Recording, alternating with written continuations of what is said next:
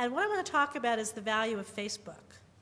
Because what we found is that as much as we publish on Oakland Local daily, multiple times a day, and we merge reported stories that our reporters do with articles by community leaders who run nonprofits, with pieces by community members, the real heartbeat of a lot of the people who care about the things that we care about is Facebook.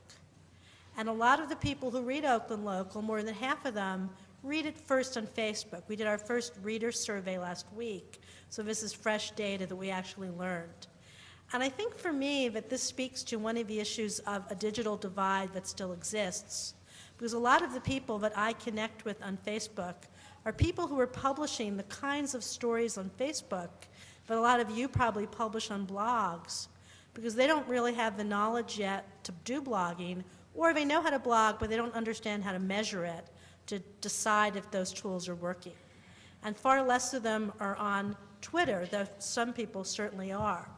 So what I've learned is that Facebook is an incredibly powerful tool that's an informal network that if you're not linked to people is hidden. But if it's not hidden and you're connected to people in your community, you start to see material that gets published on Facebook first. So I now have literally dozens of people every week pinging me on Facebook and saying, would you publish this on Oakland Local? Or they'll tag me in a note, and I know they want me to share it on Oakland Local, and I'll write them and say, do you want me to put this up? And they're like, yeah. So, you know, it's really interesting to see how there's a world on Facebook that if you're not linked to people, you don't see, and yet it really is a viral drumbeat for so many people who are trying to share information. So many of the organizations that we work with put their materials up on Facebook first. What that meant for us was that when the Meserly verdict went down last week, we were not only to have a team of reporters out covering what was happening in the city of Oakland and tweeting about it and posting on Facebook as we live covered the event, we were able to actually see what other people were saying on Facebook and on Twitter, and we actually were getting all kinds of really powerful materials. So one of the things that we care about is not only presenting the news or the facts, it's presenting really rich reflections.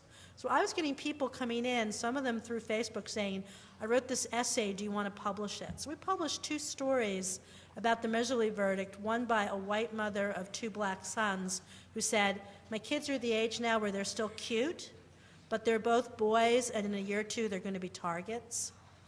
And then another by a young man, African-American from East Oakland, who said, wow, you know, Meserly could get off with like, you know, serving 2 years. Is that what the life of a black man is worth in America? And really talked about it very poignantly. I don't think that we would have been able to have that level of reach without the trust we've built in the community and the partnerships we have. But I also think that a lot of the information that we deal with gets conveyed for a lot of people through Facebook, more than through email or even blogging. So I think a really important message I would have to you is look at Facebook as a source of referral traffic, which it is for us. We get as many referrals from Facebook some days as we do from Google. But also look at it as a place to have rich interactions in your community. We have over 3,600 Facebook fans, and there's very active discussion that goes on the Facebook site for Oakland Local, sometimes more than on the site itself. But also look at it as a way to see what your broader community is thinking and learn how to use tools like Facebook search. One of the things I do now is I will go onto Facebook and I'll use the search tool not just to find a page or a group, but to actually look for topics. So I'll look for Oscar Grant, I'll look for Oakland Local, I'll look for food access or some issue that we're dealing with in Oakland at the moment and see what the people I'm connected to and what everybody is saying. And it makes us do a much better job of knowing what people are talking about and who to reach out to. And it's a really important level playing field. And the other thing I'd say is it's something that really transcends the computer.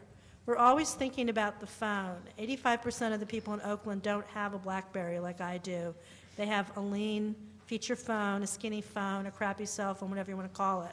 And part of the beauty of a Facebook, and now to a lesser extent a Twitter, is that you don't have to be on a computer to have those communications.